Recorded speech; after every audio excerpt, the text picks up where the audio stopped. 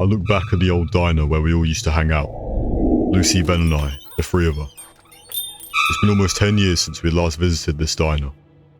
The last time was during a Halloween night. It was when we were in senior high. By this point, Halloween was getting a bit boring. We were getting too old for trick-or-treating. We didn't have any parties or anything to go to. So that night, as we were hanging out at the diner, I was scrolling through my Facebook feed when I found this post. It was from a friend of ours, who said when he went to an abandoned mansion in town, he actually witnessed some paranormal activity. He posted some blurry pictures and grainy photos, but from what we could tell, it was hardly definitive proof, so we shrugged it off. But hardly an hour had passed, when we noticed that the post had gained over 1,000 likes.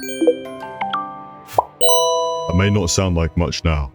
10 years ago in a small town, this guy's post, that was huge, and we were all hooked on it. Lucy, Ben and I wanted a piece of this cake. We knew exactly the building the post was talking about. Everyone did.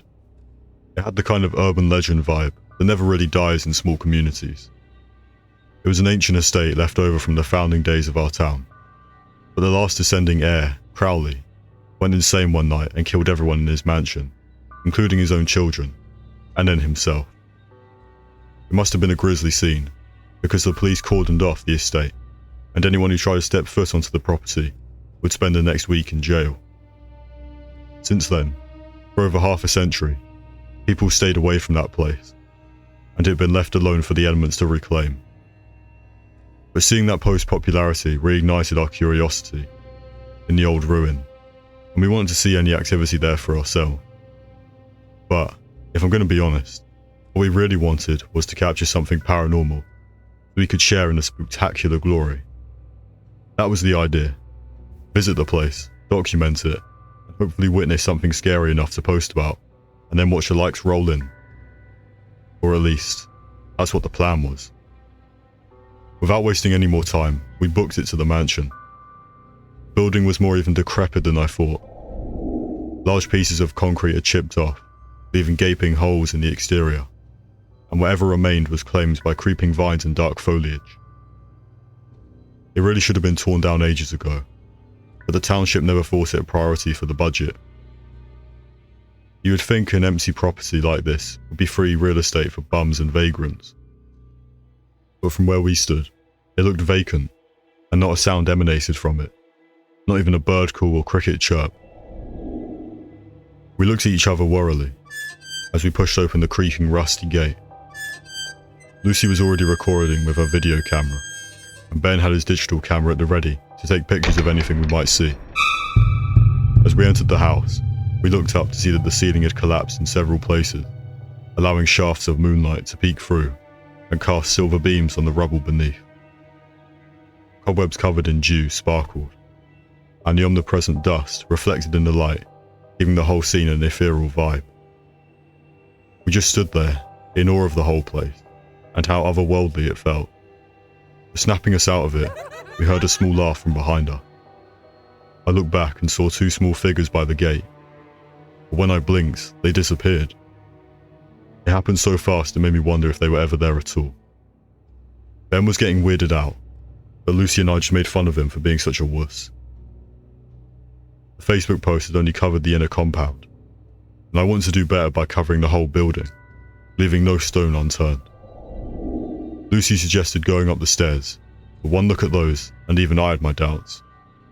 They were in just as bad shape as the ceiling, and looked ready to fall apart completely. But I knew Lucy was right, so reluctantly, I agreed.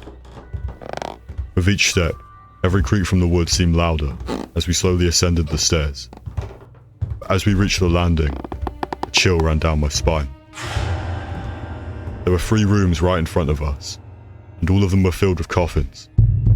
I could see their vague outlines in the faint moonlight, but when Ben shone his flashlight, it was clear those were indeed coffins.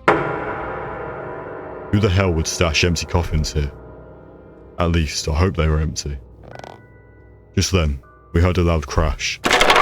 Looking back, we saw that the staircase had given up the ghost and collapsed. Because of course it did.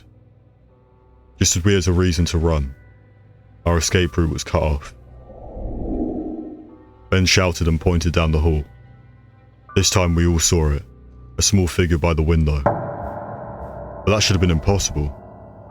It was the window on the second story. The figure quickly disappeared, and just then each door of the coffin room slammed shut, one right after the other. That was it. We all wanted out now. We frantically searched our surroundings for a way out, not going anywhere near the window or the rooms packed with coffin. Just as we were seeing if we could survive the drop down to the ground floor, a loud knock sounded from the front door, echoing in the cavernous space. We didn't know if it was help or trouble behind, so we kept quiet. But just when the knocks on the door stopped, the knocks returned from the coffin-filled rooms behind us, furious banging in and out of sync rhythm, making the closed doors shudder with the force. It looked like they were about to break. Lucy screamed and tried to run off, but she tripped and fell through a weak part of the floor, which sent her spiraling down to the ground below, landing with a sharp crack. She screamed with pain, grabbing at her leg, and it was at that moment I realized her leg was broken. Mercifully, a piece of broken floor hung down at an angle, forming a small ledge we could use to safely hop down. Ben and I rushed to Lucy and propped her up between us as she groaned weakly. We hurried to the main door, but it wouldn't budge. How could it be locked from the outside? There was no way we could break such a large door. We looked back to find any other way out, but when we looked up, that was when we saw them. Small dark figures looking down at us. They looked like dark shadows resembling human forms. They appeared solid, and even though they stood beneath the exposed ceiling, the moonlight didn't reflect on them. In fact, it looked as if these voids were absorbing the light instead. The figures so menacing, I was struck by how small they were, almost like children. A crazed thought raced through my head. Maybe old man Crowley didn't go insane after all. My body started to tremble. I couldn't do anything about it. Finally, with a desperate fury, Ben charged at a window with a wild bellow and burst through it, suffering long, vicious gashes along his arms in the process. But we finally had a way out, and I managed to lean Lucy out and I followed quickly behind. We spent the rest of the night at the hospital. Both of our cameras were lost in the panic, so we didn't have anything to show for our efforts. But the fact that we escaped with our lives was more than enough. All three of us were forever shaken.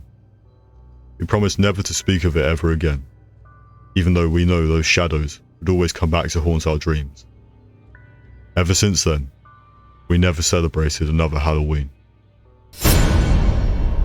Subscribe today, or beware.